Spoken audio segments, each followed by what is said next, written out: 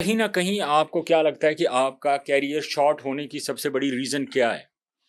Liking disliking. Liking, disliking किन की liking में आप थे? किन की डिसलाइकिंग में आप थे? कौन से ऐसी चीज़ें थी? देखिए खलील कोई भी क्रिकेटर होता है ना एक टाइम पे आके तो उसने वो चीज़ें जो है ना वो मतलब लोगों को तो बताना है ना, दिल की भड़ास तो कभी ना देखिए कभी निकालनी होती है। बढ़ास निकालने भड़ास का मैं इसको इस सेंस में कहता हूँ। देखिए रियलिटी एक्सेप्ट कर लेनी चाहिए। मैं उस वक़्त रियलिटी एक्सेप्ट कर गया था जब इन्होंने बोला कि हम 30 33 के 32 के ऊपर हम लोग इन्वेस्टमेंट नहीं करेंगे। हुँ, ठीक है? इन्होंने सेंट्रल कॉन्ट्रैक्ट में मेरा नाम नहीं दिया। हुँ, मेरे से सीनियर भी थे, वो भी 30 प्लस थे लेकिन आप उनको कंटिन्यू कर रहे थे। शोएब मलिक क्योंकि जब इंजी भाई रिटायरमेंट ली तो उस वक़्त शोएब मलिक ने आके चार्ज सँभाला। हुँ, शोएब मलिक ने फिर अपनी लॉबी सारी क्रिएट की, जिसमें हुँ, सुलेमान बट भी उनमें शामिल था। हुँ, इन्होंने वहाब रियाज को इन किया, हुँ, वहाब रियाज को बनाया गया है। बनाया गया। तगड़ा था, बेसिकली हुँ, तगड़ा था, फैमिली बैकग्राउंड भी आप सब जानते हैं कि वो स्ट्रॉन्ग फैमिली से है। हुँ, उसको बनाया गया, हुँ। ठीक है? फिर यासिर उसने आके अपना फास्ट बॉलर जो था हमारा लेफ्टी, सभी से फास्ट बॉलर तो हमारे पास कोई नहीं हाँ, है। लेफ्टी फास्ट बॉलर था ना, जुनैद खान। जुनैद खान। हाँ, जुनैद खान ने आके फिर वहाँ पे रिप्लेसमेंट ली। फिर जब जब जुनैद खान अनफिट हुआ तो फिर 2012 में मैंने मुझे दोबारा सेलेक्ट किया फॉर बांग्लादेश टूर। हुँ, पूरी सीरीज साथ रहा हूँ। उमर गुल भी उस वक्त साथ थे, जाद चीमा था, हुँ, अब्दुलरहमान, हुँ, तलहा, मोहम्मद तलहा। ठीक है। ये हम लोग स्क्वाड में थे। मोहसिन मोहसिन खान साहब ये हमारे उस वक्त कोच थे। जी, जी। तो सीरीज हम लोग जीत चुके हुए थे वनडे की। हुँ, तो मैंने मिसबा से बात की कि मिसबा मुझे लास्ट मैच में आप चांस दो, हुँ, क्योंकि सीरीज तो हम विन करके हुए हैं। हुँ, तो उसने कहा जी आप उमर गुल से बात कर लो। तो उमर गुल उस वक़्त रन्स दे रहा था, उसकी फ़िटनेस भी नहीं थी, वो क्लैप्स कर रहा था कहीं न कहीं। तो मैंने जब उमर से बात की, उमर गुल से, तो उमर ने कहा कि भई अगर टीम मुझे बाहर बिठाती तो मैं बैठ जाऊँगा, मैं खुद नहीं बैठ रहा। अच्छा। तो मतलब इस तरह की उनकी आपस में अंडरस्टैंडिंग थी कि अगर कोई तुमसे पूछे तुम ये जवाब दे देना, हमसे कोई पूछेगा हम ये जवाब दे देंगे। तो ये तो एक प्री प्लान्ड किसी के प्री करियर के साथ खेलने वाली बात है ना एग्ज़ैक्टली ऐसे खलील, ही, कि ऐसे अगर ही। आप प्री प्लान करते हैं और आप अगर एक प्लेयर है, एक कप्तान ने फाइनल 11 करने होते हैं या किसी प्लेयर ने फाइनल किसी कप्तान प्लेयर नहीं की करने होते रिप्लेसमेंट हैं, करनी होती है? कप्तान नहीं करने होते हैं, उसमें प्लेयर्स का तो किरदार ही नहीं है ना। लेकिन आप जब आप उनके रूम में जाके बैठते हो, उनके साथ टाइम पास करते हो, तो फिर आप उन्हीं के साथ ही बनाएँगे ना टीम। जब हुँ, हम लोग सेपरेट बैठते थे, तो हम लोग तो उनके रूम में भी नहीं जाते थे, हुँ। ठीक है? हम तो ड्यू विद रिस्पेक्ट तो नहीं जाते थे। कोच की जो थी रिस्पॉन्सिबिलिटी वो भी नहीं थी उस वक़्त के देखिए कोच ने मशावरत करके या मोहसिन खान का वो रोल नहीं था हुँ, कि मोहसिन खान अपनी इनपुट देते, अपनी लाइकिंग की वजह से किसी प्लेयर को करते। तो ये तो बात ये हो गई कि कोच खुद नहीं चाह रहा, कोच से नीचे फिर कप्तान नहीं चाह रहा। नहीं, कोच रिकमेंड कर रहा था। कोच से जब मेरी बात हुई, तो कोच ने कहा था कि मैं तो चाहता हूँ आप खेलो। अच्छा। मैंने तो बोला बारहा कि यार वो लड़का परफ़ॉर्म करके आया हुआ है और लेफ्ट आर्म है, तो आपके पास थोड़ी-सी आप इसको समझ लें कि आपके पास एक कह सकते हैं कि हमारे पास उस वक़्त सारे राइट हैंडर थे, लेफ्टी कोई भी नहीं था। हुँ, तो आपकी टीम में एक एक नई मतलब आप कह सकते हो कि बॉलर आ रहा है, एक हुँ, लेफ्ट आर्म है, थोड़ा-सा फ़र्क पड़ेगा अगर टेस्ट मैचेज़ भी हैं, तो उसको चांस दे के देखते हैं। हुँ, बट इन्होंने चांस नहीं दिया। हुँ, और उससे बुरी बात कि जब टूर से वापस आए हैं, तो वापस आने के बाद जो अगला टूर था, तो उसमें नाम ही नहीं था। हुँ। तो मतलब आपने कहा ना नहाते-धोते ही बाहर काट देता। नहीं, आप मतलब इसका मतलब है कि आपको खिलाया भी नहीं है और टीम से जो है आपको ड्रॉप कर टीम से दिया। ड्रॉप कर दिया। आपको खिलाया भी हाँ, नहीं। और जब मैं उनसे क्वेश्चन करता था कि मुझे क्यों ड्रॉप किया गया, तो फिर कहते थे हम 30 से ऊपर जो है 30 उस वक़्त ये इन्होंने फिर स्पेसिफिक आप किससे क्वेश्चन करते थे? यार उस वक़्त मैंने सिलेक्शन कमेटी से किया था। सिलेक्शन कमेटी में कौन था उस वक़्त? उस वक़्त अज़हर खान थे, हुँ, हुँ। अम, और कराची के थे 2 2 लोग, इकबाल 2 कासिम होगा। इकबाल कासिम थे, हुँ, ठीक है? ये 2-3 लोग थे, वही पुराने जो चलते आ रहे थे, ये तो अभी हुँ, वो आके 70s हाँ, क्रिकेट वाले। 70s वाले, जी, जी, जी। 1974 हाँ, वाले। जी, जी, वही क्रिकेटर। तो इन्होंने यही आंसर करते थे। फिर नगमी साहब थे उस वक़्त, हुँ, नगमी साहब से मेरी फिर वन ऑन वन बात हुई, उन्होंने भी फिर यही कहा कि यार देखिए ये क्राइटेरिया बन गया हुआ है अभी कि जी 30 प्लस जो है उसके ऊपर अब हम इन्वेस्ट नहीं करेंगे। आप जबकि 30 प्लस होने के बावजूद आप पहले पाकिस्तान अब खेल चुके थे। देखिए पाकिस्तान खेल चुका था, फिर मैंने 2 साल कंटिन्यूअसली आपको काज़म ट्रॉफ़ी में टॉप किया। किया आपने इनकी बिल्कुल। मजबूरी बनी टीम में डालना, ठीक है? क्योंकि कोई इतना स्ट्रॉन्ग मेरा बैकग्राउंड नहीं था कि मैं आके मीडिया पे शो डालता। उस वक़्त चलो मीडिया जो भी करता था, लेकिन समहाउ इनको पता था कि यार इस लड़के ने परफ़ॉर्म किया हुआ है, हुँ, ठीक है? जब आप एक इनिंग्स में 9-9 आउट कर रहे हो, हुँ, तो फिर सबकी नज़रें होती हैं कि यार हाँ, ये बंदा परफ़ॉर्म कर रहा है, तो इसको हमने कहीं न कहीं इसको फिट करना है। लेकिन इस एक चीज़ खलील के, चाहे वो अज़हर ख़ान हो या इकबाल कासिम सेलेक्टर्स हों, उस वक़्त जो प्रेज़ेंट क्रिकेट थी ज़ाहिर है उनकी तो मैं नहीं समझता कि कोई इतनी अहमियत होगी, क्योंकि जो कप्तान था वो बहुत ज़्यादा क्रिकेट खेला हुआ था। तो मैं नहीं समझता कि शायद अगर उन्होंने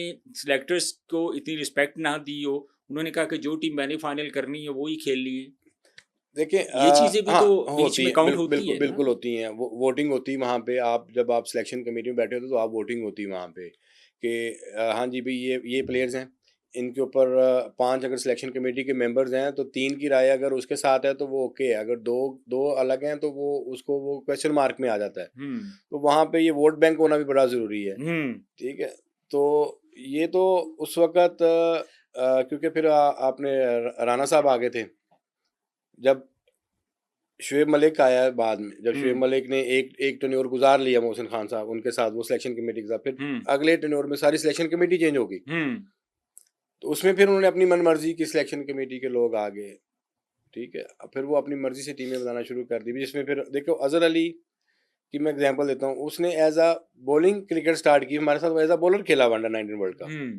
आप उसको एज़ अ बैट्समैन कंसीडर किया, फिर उसको कप्तान बना दिया। और खेला खिलाते गए, वो सारे ड्रॉप हो जाएंगे, अजहर अली अज़हर ड्रॉप अली नहीं ने, होगा, वो क्योंकि वो खेलता देखो रहेगा। वो आप देखो ना, क्योंकि उसको पाकिस्तान क्रिकेट बोर्ड ने अपॉइंट किया हुआ था। हम्म।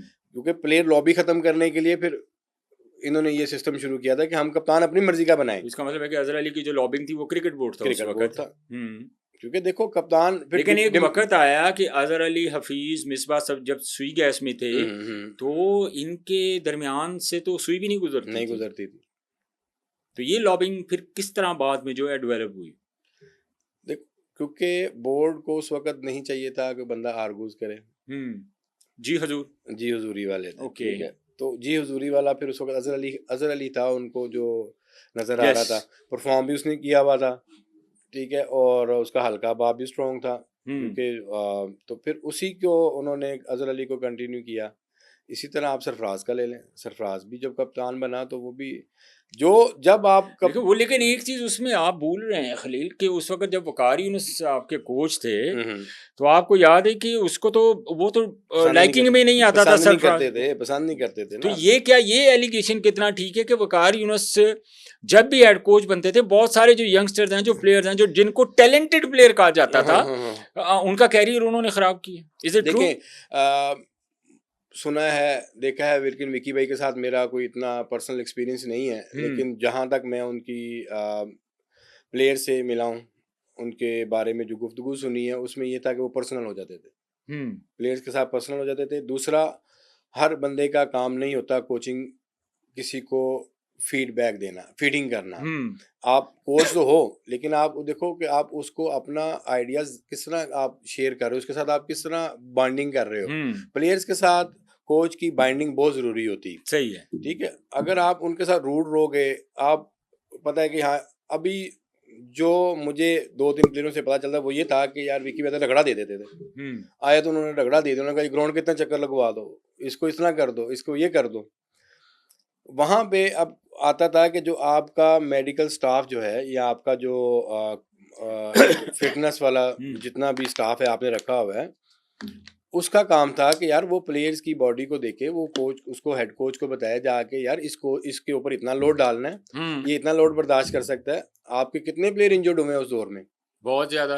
वो क्या था, क्योंकि आप मैच से पहले उनको फटीग कर रहे हो। हम्म। पहले आप उनको वो बूट कैंप करवा दिया, बूट कैंप के बाद आप जब उनको मैदान में छोड़ोगे तो यार बॉडी को रेस्ट चाहिए होता है, आपके मसल्स टूटे होते हैं, आप हम्म। उनको कवर करने के लिए टाइम चाहिए होता है।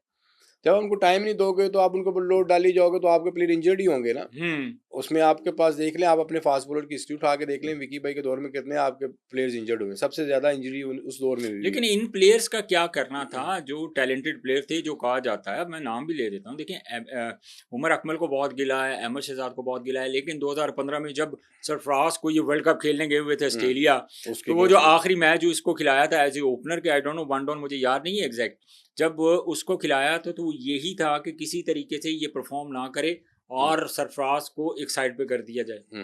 तो ये होता है, ये है, ये आपको भी पता है, सबको पता है, ये आज से नहीं बड़े अरसे से होता आ रहा है। उमर अकमल और उसकी बात कर रहे हैं आप, अहमद शहजाद की, they both are very talented. ठीक यही है, तो मैं रोना रो ये रहे ये हैं। हमारे वो थे जो विराट कोहली और रोहित शर्मा की जिसकी एग्जाम्पलें देते थे, ये हुँ, वो लोग हैं। अच्छा।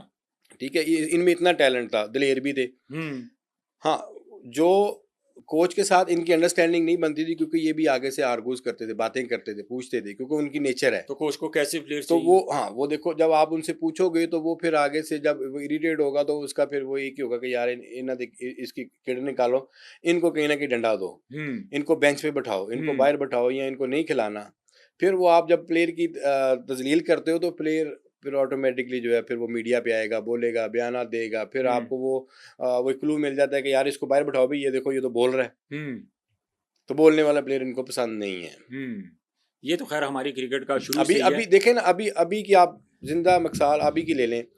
आपका प्लेयर्स का सोशल मीडिया बंद कर दिया हुआ है। आपको आप किसी के लेकिन हमारे प्लेयर्स का अगर बंद किया हुआ, इंडिविजुअल बंद किया हुआ, बाकी तो टीमें तो चल रही हैं। सर चलती हैं, देखो वो सबसे फ्रीडम है, ज़्यादा चलती हैं। फ्रीडम है। फ्रीडम है ठीक ना। है, आप इनको लेके जाते हो, आप ऐसे प्लेयर से पूछो, वो कहते हैं यार पैसा तो आ रहा है, लेकिन ऐसा लगता है जैसे हम किसी प्रिजन में हैं। हुँ, तो आप जब उनको बोलने का हक नहीं दोगे, मीडिया टॉक नहीं वो कर सकते, नहीं कर सकते। वो चले, मैं वो भी मानता हूँ कि जी चलो जी कि इनको कहते हैं कि जी लैक ऑफ एजुकेशन है, इनको बोलना नहीं आता। ठीक है, ये कि ऐसी मोंगी ना मार दें कि हम लोग पकड़े ना जाएं, ये ना हो वो ना हो। तो यार आप उनको जब तक ये एनवायरनमेंट नहीं दोगे तो वो कहाँ से लर्न करेंगे? सारी उम्र आप इसी तरह करते रहेंगे। लेकिन एक चीज़ आप खलील आप भी ज़हन में रखें कि देखें क्रिकेट बोर्ड के अगर वो एम्प्लॉय हैं और क्रिकेट बोर्ड के साथ उनका कॉन्ट्रैक्ट है, तो वो तो मातहत हैं कि इदारे के साथ अगर कॉन्ट्रैक्ट है तो इदारे के इंस्ट्रक्शंस के बगैर तो वो बात नहीं कर नहीं सकते, कर चाहे सकते। कोई भी। नहीं तो देखिए ना, ये बॉन्डिंग कब हुई है? ये बॉन्डिंग जब सेंट्रल कॉन्ट्रैक्ट आता है तो उसी में लिखी होती है ना, उससे हुँ, पहले तो नहीं थी। हुँ, उससे पहले तो आप बोलते थे, देखिए, क्योंकि एक एक होती है जंग आपकी अल्फाज की, एक हुँ, होती है जंग आपकी मैदान में। हुँ, तो आप अल्फाज से भी मारते हो तो फिर मैदान में भी आप मारते हो। हुँ। जब आपको उन्होंने यहीं पे बाउंड करके रख दिया कि यार नहीं भाई तुसी नहीं बोलना, एक बंदा जेड़ा वे यही बोलेगा जाके, बकाया जो बस पीछे इमाम के अल्लाह अकबर करते जाएं। शाहिद नज़ीर की मैं एग्जांपल बताता हूँ कि शाहिद नज़ीर को एक मरतबा 2007 के वर्ल्ड कप के लिए उसके कपड़े तक उन्होंने तैयार कर लिए थे, उसका जो हम्म। सूट वगैरह सारा कुछ रेडी हो गया था, आपको भी याद है। हम्म। बिल्कुल वो सडनली ऐसा हुआ, ऐसी वो लॉबिंग थी उस वक़्त चंद बड़े प्लेयर्स की कि हम्म। जिसकी वजह से शाहिद नज़ीर को वो 2007 का वर्ल्ड कप जो है उसमें से ड्रॉप कर दिया ड्रॉप कर गया दिया था। गया था। उसके बाद फिर जो 2008-9 में 8 में या 9 में ग़ालिबन जाना था या इंग्लैंड जाना था उस वक़्त हम्म। मैच से पहले शाहिद नज़ीर ने शायद प्रेस कॉन्फ्रेंस कर दी, तो उस वक़्त नहीं था। वो हम्म। प्रेस कॉन्फ्रेंस की तो वो टीम में गले पड़ नहीं गई। थे, उसके बावजूद प्रेस कॉन्फ्रेंस की वज़ह से वो टीम में आ गए। देखिए, ऐसे भी तो हाँ, होता है, मामलात होता होते है। रहे। देखिए, शाहिद भाई के साथ मेरा टाइम गुज़रा, वो जो आप बात कर रहे हो 2007 की, मैं उनके साथ था। हुँ, हम लोग अकेडमी में थे, मतलब हम डेली हमारा बैठना भी होता, नेट्स पे बॉलिंग भी करते थे, हर चीज़ साथ करते थे। तो वो बड़ा क्लोज़ उन्होंने आके उसको इवेंट को मिस किया था, वर्ल्ड कप को। उनका वो एक वो कहते हैं ड्रीम था कि यार मैंने वर्ल्ड कप जो हाँ, है उसको हाँ खेलना है। और बॉलिंग भी अच्छी हो रही हाँ, थी उस बॉलिंग भी वक़्त। अच्छी कर रहे थे, एक्सपीरियंस भी था। लेकिन वैसे खलील आप अपने दौर में खलील जिस तरह आपका दौर चल रहा था, आप किसको अपना कॉम्पिटिटर समझते थे कि यार इस बंदे के साथ मेरी इस वक़्त डायरेक्ट कॉम्पिटिशन तो बहुत ज़्यादा था, लेकिन एक बंदे ने टारगेट किया था कि यार ए बॉलर अगर खेल लिया तो मेरी जगह मुश्किल है। ए ड्रॉप हो गया तो मेरी जगह टीम से बन गई। कोई ऐसा बॉलर था आपके उस दौर में? देखिए, जब मैं आया हूँ वसीम भाई के बाद, जब हुँ, वसीम भाई ने रिटायरमेंट दी है उसके बाद मैं आया हूँ। हुँ, मेरे से पहले उन्होंने जुनेद ज़िया को भी खिला के फ़ारिग कर दिया। रियाज़ अफ़रीदी भी फ़ारिग हो गया हुआ।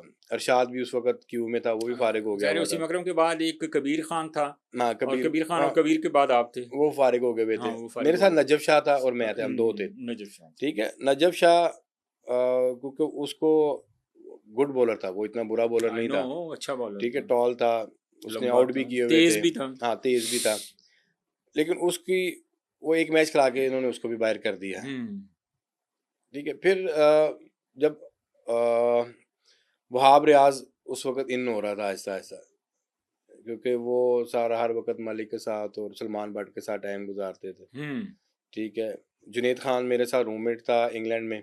हुँ, ठीक है? जुनैद का उस वक़्त अभी नामो-निशान भी नहीं था। हुँ, ही प्लेड फर्स्ट क्लास।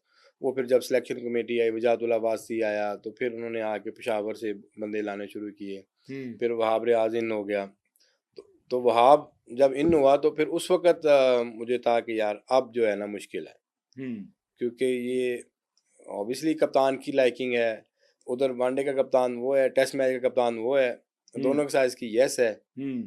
तो हालांकि मलिक मेरे साथ बड़ा, हम लोग बड़े अच्छे बडीज थे। मलिक के साथ मेरा, हम लोग रूम भी शेयरिंग करते थे, खाना भी हम इकट्ठे खाते थे बैठ के। इवन कि हम लोगों ने अपनी इंटरटेनमेंट काफी इसको शेयर करते, मतलब स्नूकर सारा कुछ हम लोग इकट्ठे बैठ के खेलते थे। फिर सुहेल तनवीर आया। सुहेल तनवीर अब वो वैसे आप लोगों के लिए एक दचका था। नहीं, लेफ्ट आर्म वो बेसिकली आकिब भाई ने तैयार किया था। ਇਹਦਾ क्रेडिट भी आकिब भाई ਨੂੰ देना। हाँ, वो आकिब भाई ने तैयार किया था क्योंकि वो अनऑर्थोडॉक्स था, यस, रॉन्ग फुटेड था, डिफरेंट। ठीक है। आकिब भाई के माइंड में था कि यार मैं कुछ डिफरेंट वैरायटी जो है ना, उनको वैसे बड़ा शौक है तजुर्बे करने का, डिफरेंट वैरायटी पेश करूं, आइडियाज उनके पास बड़े होते हैं। तो सुहेल तनवीर को आकिब भाई ने रेडी किया था एकेडमी में, और उसको जब आप किसी प्लेयर को ग्रीन सिग्नल देते हो ना, तो फिर ऑटोमेटिकली उसका भी दिल करता है कि यार मैं एक्स्ट्रा एफर्ट करूं, एक्स्ट्रा मेहनत करूं। जब आकिब भाई ने उसको ग्रीन सिग्नल दिया हुआ था, तो वो विद इन मंथ उसने अपने आप को बिल्ड किया, हर चीज़ उसने रेडी की, और वो टीम का हिस्सा और बन वो गया। जब 2007 के वर्ल्ड कप में ਜਦੋਂ ਉਹ ਖੇਡਿਆ तो वो साढ़े वास्ते सरप्राइज सी कि यार एडा अजीब बॉलर है। हालांकि टेप बॉल में हम काफी इकट्ठा खेले हैं, मतलब नॉर्मली तो टैग ये था सुहेल तनवीर के ऊपर कि ये टेप बॉल का बॉलर है, क्योंकि वो डिफरेंट बॉलर था। जिस तरह मतलब रॉन्ग फुट उनका होता था। इससे पहले शायद आपको याद हो वकास अहमद लुदा लुदा था जी, बिल्कुल, वो भी रॉन्ग फुटेड था। जी जी जी, ठीक है, उसकी भी हाइट, लेकिन वो राइट आर्म था, वो राइट आर्म था, और ये लेफ्ट आर्म था। ये जरा सरप्राइजिंग बॉलर था, और दोनों अच्छे ऑलराउंडर थे। अच्छा खलील, इसके दौरान जाहिर है वहाब रियाज तो खेलता रहा उसके, लेकिन वो बैक आपको नहीं मिली जो वहाब रियाज को मिली। लेकिन in between that time Asif को एक मरतबा ड्रॉप कर दिया गया। जाहिर ऑस्ट्रेलिया आपके साथ टूर किया, उसने परफॉर्म नहीं किया। फिर जब उसका कमबैक हुआ, so Asif was looking totally different. वो एक्चुअली वो क्या स्टोरी थी? या उस वक्त आसिफ बड़ा वीक था। जब मेरे साथ डेब्यू में था ना, उस वक्त वो बहुत वीक था। उसमें वो पावर नहीं थी, उसमें बॉलर था नो डाउट, उसको नया बॉल बड़ा अच्छा पावर तो पहले भी ਉਹਦੇ को कोई नहीं आई, ਉਹਦੇ को सिर्फ वेरिएशन ही आई है। वेरिएशन देखें, नहीं पावर वो बात कर रहा हूँ कि वो ग्राउंड पे उसका खड़ा होना फॉर अ टेस्ट क्रिकेट वो मुश्किल था। 50 ओवर की क्रिकेट खेल सकता था, लेकिन टेस्ट के लिए डिगना नहीं साहब सी, क्योंकि टांगे बड़ी उसको ना बॉब वीक आ जाता था। तो बॉब वुलमर उसको कहता था ही इज लाइक माय शिकारी, तो क्योंकि उसकी टांगे जो बड़ी वीक थी ना, तो वो इस तरह की थी। तो यूसुफ भाई के बारे में कहता था कि when he is in the crease, when he is a bat, he's run like a Ferrari.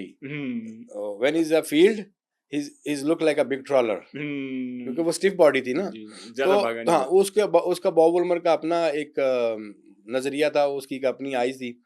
तो आसिफ ने जब इंग्लैंड के खिलाफ इंग्लैंड पाकिस्तान आई, साइड मैच था बागेज नाम में, मैं भी वो मैच खेल रहा था। तो ड्यूरिंग द बैटिंग मुझे तो बॉल लग गया।